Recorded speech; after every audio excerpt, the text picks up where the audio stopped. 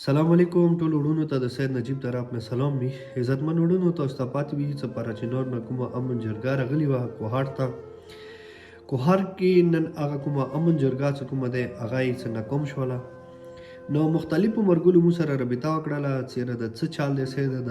امن جرګه چې کومه وه د چی ریزن واجې نه ناکام شوله، داسې څه خبرې کې شوي دي څه مطلب کومه امن جرګه راغلې وه هغه ناکام شوله.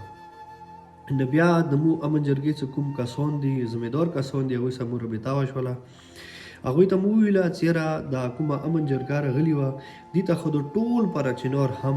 اهل تشیع و هم اهل سنت چې کوم دی دغه سترګې وي چېرې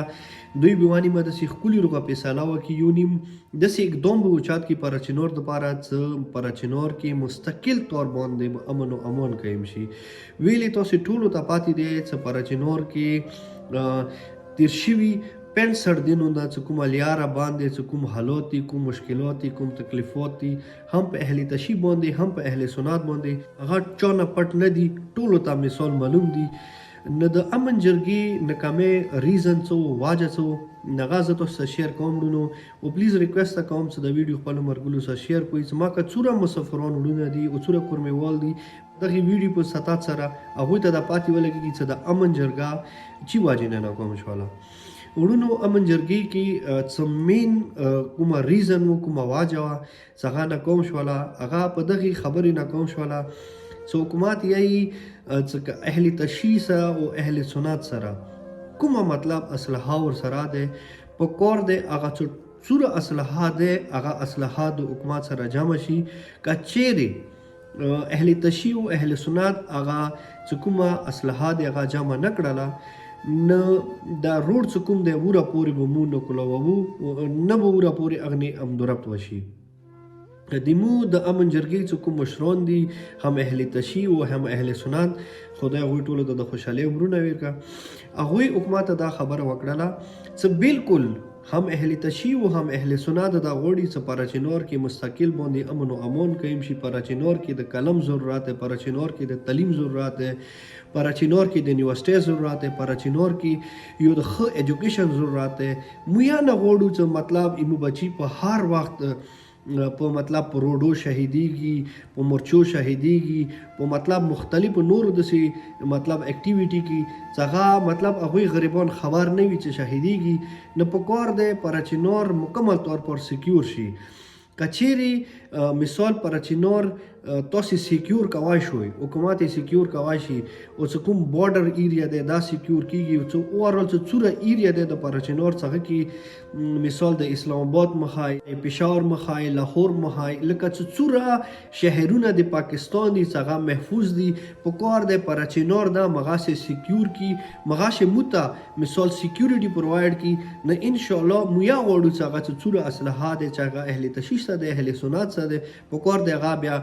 تاسې مونږ اعلی واخلئ چې کله تاسې موږ ته پریکټیکل وښیوئ موږ پوه شو موږ ته دا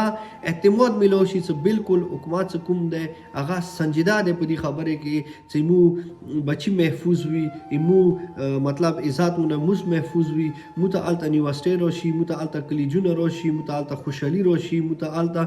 یو نیم داسې مثال نظام قایم کړي چې هغه نظام واجې نه د پراچینار ښکلوا اوسه ټولې دنیا ته ښکاره شي. نه دا څه مثال مونږ چې کومه مطلب هغه چې کې اسلحه دی هغه اوچاته کي نه بیا چې کوم اوورال بارډر ایریا دی تاسې ټول اوورال دنیا ته پاتې دی چې هغه دوره کریټیکل ایریا دی. که مثال خدا نخواسته سبیله یو نیم داسې لسکر کشي په پراچینار باندې وشي نه پراچینار څخه مثال صرف اور صرف اندا یوه ذریعه دی چې مثال هغوی خپل ډیپینډ وکړي. پراچینار زه خو داسې یم چې الحمدلله کورمیوال وروڼو اوسه پورې د پراچینار چې کومه اسلحه دی هغه نه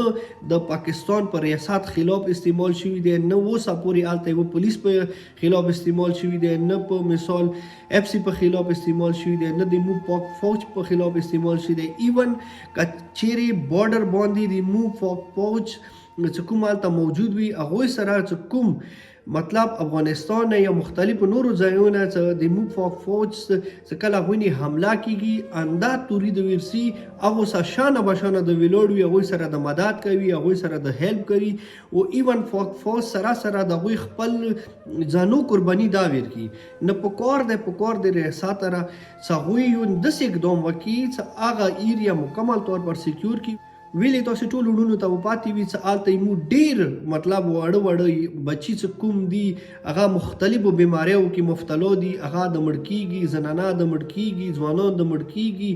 د زړه څه کوم بیماران دي د کینسر بیماران دي هغه ریفر کړي وي مختلفو غوټه هسپتالو ته هغه د مړ کیږي په کار د انسانیت څه کوم قاتل دی په کار د دا شو ودرېږي په کار د حکومت څه کوم دی لکه سنجیده شي په دې خبرې باندې اول ته روډ څه کومه د مکمل طور پر سکیور کا هغه څه کوم بارډر ایریاز دی هغه مکمل طور پر سکیور کا نور څه کوم ته ریاست تو سره تقادر سره د ته هر څه کوای شي ته مثال ته څه غوړی هغه کوای شي هغه حکومت اله کوای شي چې کله حکومت خپل څه کوم عوام دی عوام وبلی یا غوی جاني مالی څه کوم دی هغه حفاظت وکي هغه ته تحفظ ورکی نه دی واجب نه مو حکومت بیا ریکوست کوم بیا ته سوال کوو چې پلیز خدای د پاره